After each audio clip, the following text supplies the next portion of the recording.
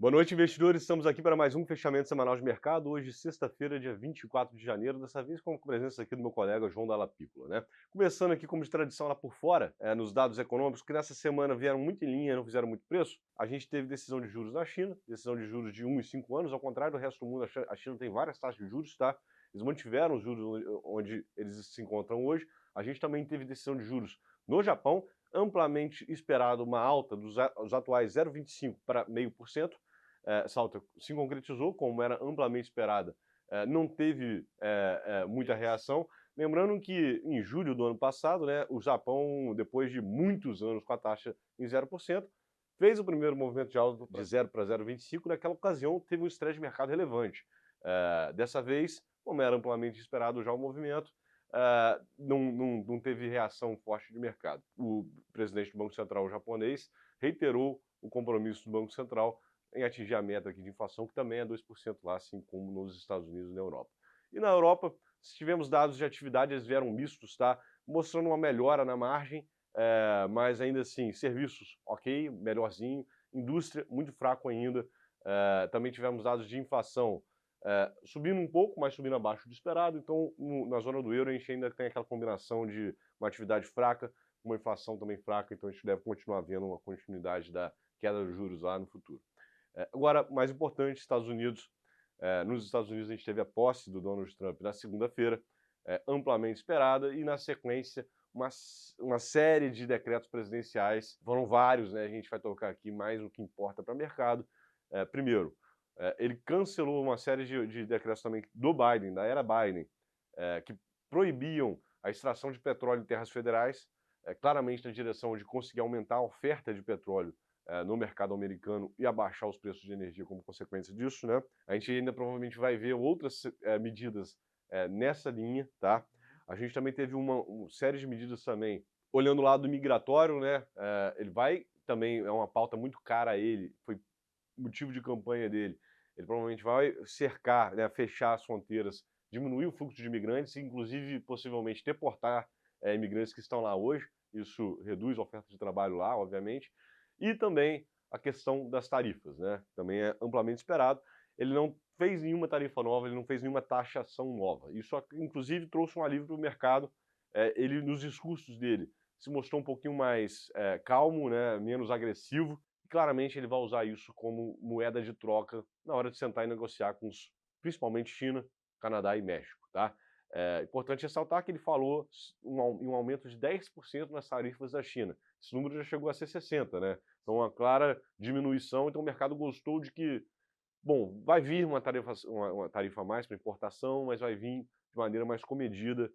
E a depender da evolução da negociação com a China, isso pode até vir melhor do que o esperado. Agora é importante ressaltar também que ele falou que o Brasil está naquele grupo de países não amistosos, né, vamos botar assim, e que está na mira dele. Não é prioridade, obviamente, mas a gente não está numa posição boa nesse quesito. E isso, obviamente, né, o mercado reagiu muito a isso, né, João? Exato. Bom, lá fora, principalmente, né, com a posse do Trump na segunda-feira, todos os ativos de risco essa semana performaram muito bem, né, como já era de se esperar. Ele tem várias pautas que favorecem as empresas, a pauta regulatória de diminuição da alíquota do imposto corporativo.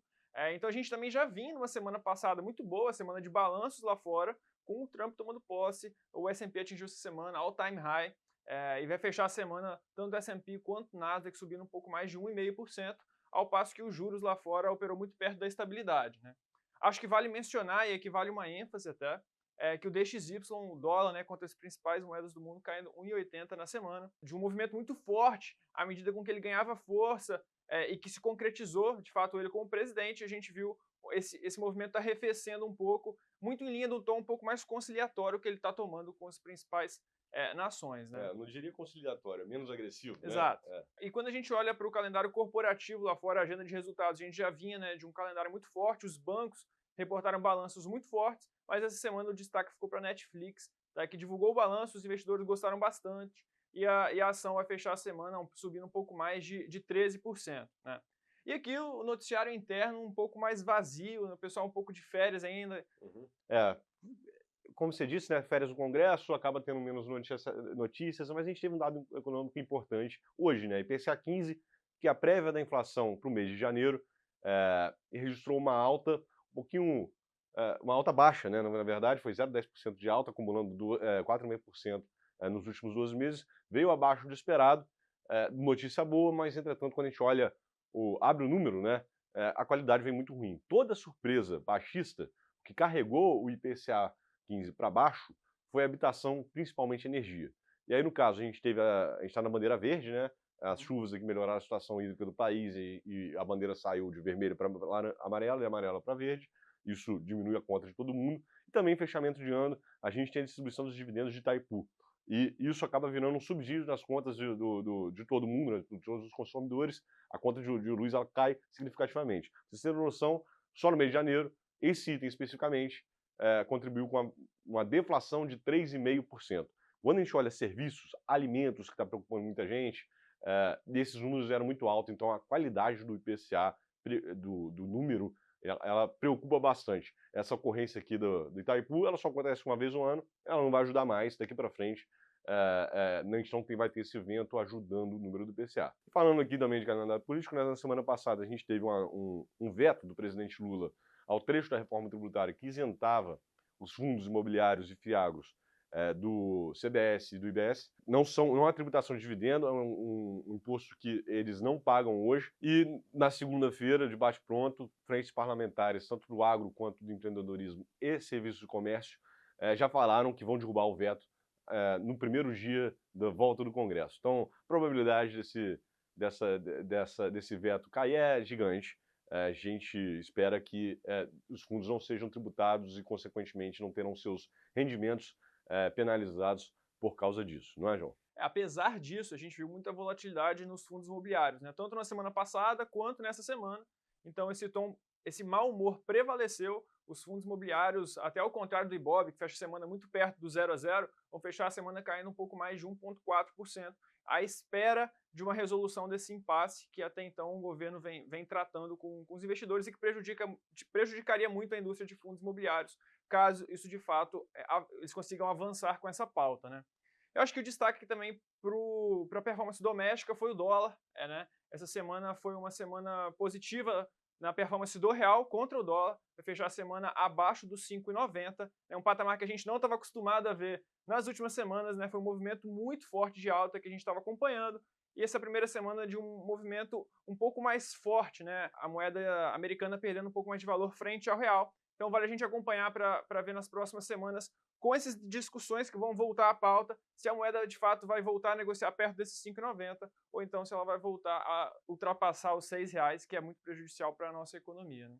E na semana que vem a gente vai ter uma semana recheada de dados, tá? Dados e acontecimentos, decisões de juros, né? A gente começa segunda-feira com confiança do consumidor aqui no Brasil, e na terça-feira com confiança do consumidor nos Estados Unidos e também pedido de bens duráveis, dados de atividade importantes. Quarta-feira vai ser a chamada super quarta, né? Quando a gente tem a decisão de juros, tanto aqui no Brasil quanto lá nos Estados Unidos. E aí o número em si, todo mundo já sabe qual vai ser. Lá nos Estados Unidos, o Fed muito provavelmente vai manter os juros no patamar atual. O importante vai ser a sinalização da trajetória no futuro. Importante ressaltar aí que nos últimos 2 meses se reverteu uma expectativa de um ciclo de cortes mais agressivo. Hoje o mercado bota 1 ou 2 cortes de 0,25 só ao longo do ano inteiro. Então, o comunicado do Powell em relação à preocupação dele em inflação ao mercado de trabalho vai ser muito importante para entender essa trajetória ao longo de 2025. Isso também é muito importante aqui para o Brasil, afinal de contas, um juro mais alto lá nos Estados Unidos é ruim para a gente. E aqui no Brasil, na última decisão de juros, no ano passado, o Banco Central encomendou mais 2 altas de 1% nas 2 primeiras reuniões desse ano. Então, a gente vai ter uma alta aqui indo para 13,25%, a Selic na quarta-feira. E aí também, ele já contratou a próxima reunião, então a respeito da próxima reunião em si, a gente também não tem muita dúvida, mas também fica aqui acompanhar qual vai ser a sinalização aqui para o ano de 2025. Importante ressaltar que vai ser a primeira reunião com a presidência do Galípolo, né? Então, mudanças no tom de comunicação podem ser importantes. Uma sinalização do estilo de liderança. Indo para quinta-feira, a gente vai ter IGPM aqui no Brasil, a gente vai ter PIB americano, a gente vai ter PIB da zona do euro. Bastante coisa, né? E na sexta-feira, para fechar, PCE, que é o principal dado de inflação americano. A gente vai ter os dados de CAGED, Mercado de Trabalho Brasileiro, desemprego.